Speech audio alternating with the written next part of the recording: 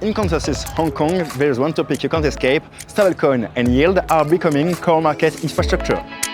To discuss this, I'm excited to welcome Guy Young, founder of Ethena Labs. Together, we'll discuss regulation, tokenization, and USDe growth. Let's get into this.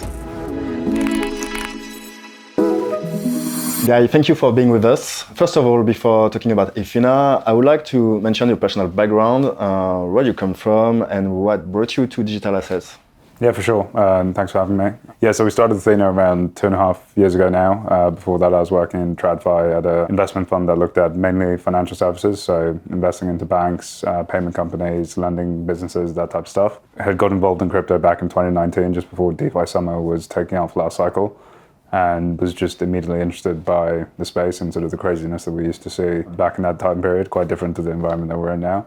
And yeah, it was actually just after Luna had gone down and Arthur Hayes came out with his article around the idea behind Ethena that I left my job. It was kind of actually similarities, I think, to the environment that we're in now in terms of sentiment and kind of what we're seeing at the moment with people leaving the space and questioning a bunch of different things. But I think in many ways, you almost have to be like counter-cyclical with everything that you do in the space. It's like, if you want to build something that's meaningful when, you know, the market is back and in a healthy place, you almost have to be taking the bets when things have washed out in the way that they haven't. So yeah, it kind of feels like we're back to that stage of just being heads down and shipping product, which is where we were 2.5 years ago as well. So you've decided to found one of the most challenging thing to do, actually, an algorithmic stablecoin. Why so? Yeah, it is a slightly insane thing, I think, especially if you think about the two things that blew up last cycle, right? It was like centralized exchanges with FTX and then Luna, two biggest high-profile blow-ups, and we kind of came together with a product that was like a combination of the two in some senses, which is slightly insane.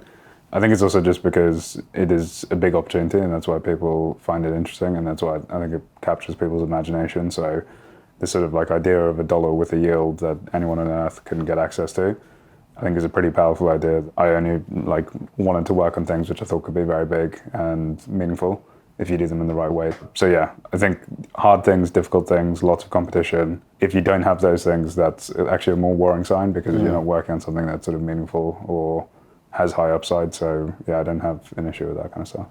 When it comes to Ethena, so far there's like two things, ENA, the token, and USDe. Could you explain, like in layman's terms, the architecture of Ethena? Yeah, it's pretty simple. I think the way to think about this is almost just like a different form of a bank where you have the USDe, which kind of looks like a bit like a deposit, so people put money in and expect to get some sort of return on the other side. And then there's obviously the amount that you generate on USD as an asset, and hopefully if you're a sustainable business, you can make like a healthy spread over there.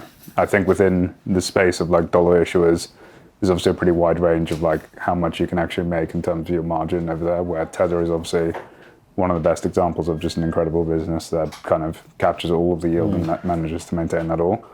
Athena's business is slightly different in that we share a majority of it, but then keep like a spread that obviously can be captured by Ethena and then ultimately like the token as well. So we're in a position now, and this has been like confirmed in several ways, where there is no sort of like side equity business that is taking any of the cash that's being generated by the core business. It is all due to the token, but I think we're just in a slightly different part of our sort of like growth and life cycle where, you know, there's a big obsession now, I think, with buybacks, and like I think they're useful for like a signaling mechanism to sort of show that you care about these type of things. But in some senses, it's a slightly insane thing to even consider, right? Which is like many of these things are startups. So like we've had a product ad for 2 years. No one's going to like their AI startups and saying, we need you to like buy back like shares like 2 years in. It's actually in some senses, I think, a bit of a counter signal, which is if you don't have anything to reinvest cash into in terms of growth, what does that say about like the growth prospects of your business at this stage when you're 2 years in, if that makes sense? So I think for us, we're just in a, you know, we have a macro view that stablecoins are kind of like at least 10x from where they are now in the next 5 years. This will be a multi-trillion-dollar subsector within crypto. And we think like the types of products which have sort of like rewards and stuff attached to it are actually going to grow as a percentage of the total market. And so like fast forward 3 or 5 years, we kind of expect that this is going to be a $100-200 billion size of potential like supply of what we're building. And in that context, that should actually just be what you're sort of focused on going to go and achieve, rather than focusing on can we capture more buybacks and stuff right now? Like that's the big prize that you should be going after. So yeah, we have a slightly different view, I think, to the market there in terms of where we see ourselves now relative to the growth opportunity ahead. USD growth has been like quite significant like the past few months. Your market share has keep increasing and increasing. How do you explain like this success so far? How do you manage to acquire the users' confidence? Yeah, so I think the product is good and bad in that it's quite reflexive to the cycle. So like when interest rates and like leverage demand in the space pick up, obviously it becomes extremely attractive and it's a very easy product to grow. Like it's not difficult to sell a dollar which has 10, 15, 20% like return. The more challenging pieces is when the market unwinds in the same way that we saw in October.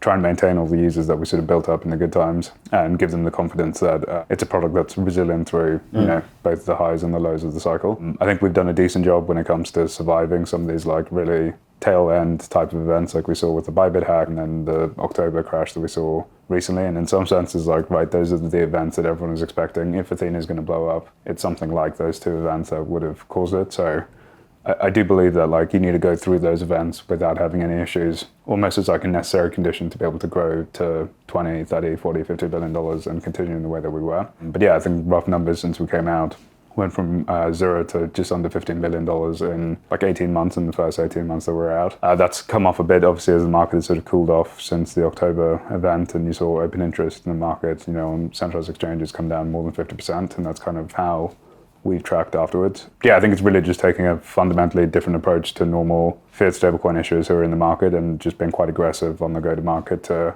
really identify like what are the platforms where people are using these products the most. And we've always had this view in the beginning that like a lot of builders kind of ignore CeFi as a distribution channel. They kind of think of like centralized exchanges as these like dirty black box type things. Well, that's kind of where all the users are still sitting, and you kind of need to be open to the idea of working with them if you want to actually access the largest pools of users. So that's always just been a very key focus area for us, which is getting the centralized exchanges on board, which I think we did a decent job of, in the last 18 months.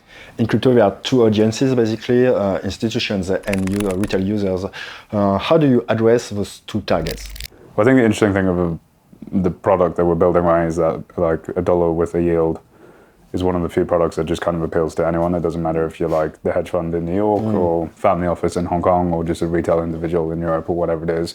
That is a universal product that kind of is useful to many different people. So yeah, I think we have different channels that we sort of push and have varying degrees of success. Like on the direct to retail side, those are the users that you see within DeFi more who are actually just coming to the app and actually coming directly to us.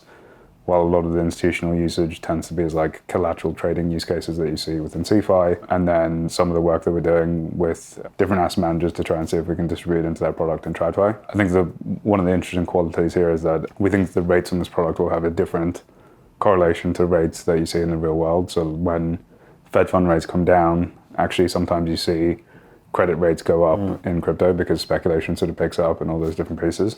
That's actually a really powerful quality when you're speaking to people in TradFi because everyone's always looking for negative correlations, right, to like offset different pieces of your portfolio. And so to be able to say like this rate product could actually potentially go up while Fed fund rates are going down, it's a pretty interesting like diversifier within TradFi. So I think that becomes more interesting as we get into more of a rate easing cycle. But we also just need the like crypto markets to stop sort of collapsing in the way that they have in the last 6 months. It's not very helpful for that type of product.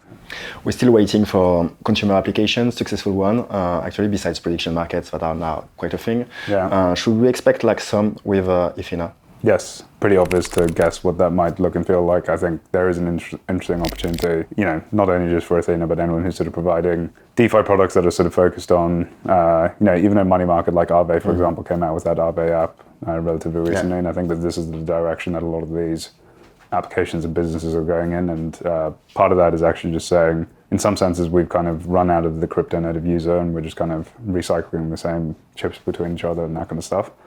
And you need to actually go meet users where they are in the real world with a form factor that they are used to, and expecting the whole world to, load up a MetaMask account and get used to working on a desktop application. It's just not the way that like most people are going to interact with these products. So you have two choices. One is you can be back-end infrastructure on like normal Web2 distribution platforms. So whether it's like a Morpho on Coinbase or like the Binance Earn integration that we did with them as well, you are seeing the sort of like DeFi mullet type of theme where DeFi applications are actually just providing the infrastructure for CeFi user experiences.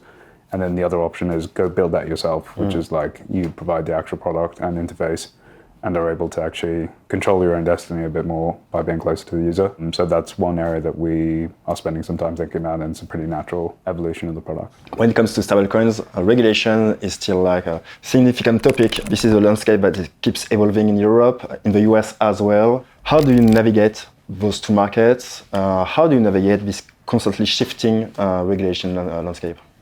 Yeah, it's not easy, especially because they haven't even got like consistent regulation between the regulators in Europe and the US, right? So you're in such a crazy position where the product itself is actually global by nature, i.e. you can buy USDC sitting in Europe or in the US and it's the same fungible USDC token. But the regulators actually have completely different views in terms of what is an appropriate way to manage the reserves for that. I think it was super positive to see what was coming out of Genius, and I think the approach that we've had in response to that is kind of, it's actually almost identical to what Tether has done, which is saying, here's the legacy product, which is just aimed at more offshore markets, which for us is USDe, and for them is USDT.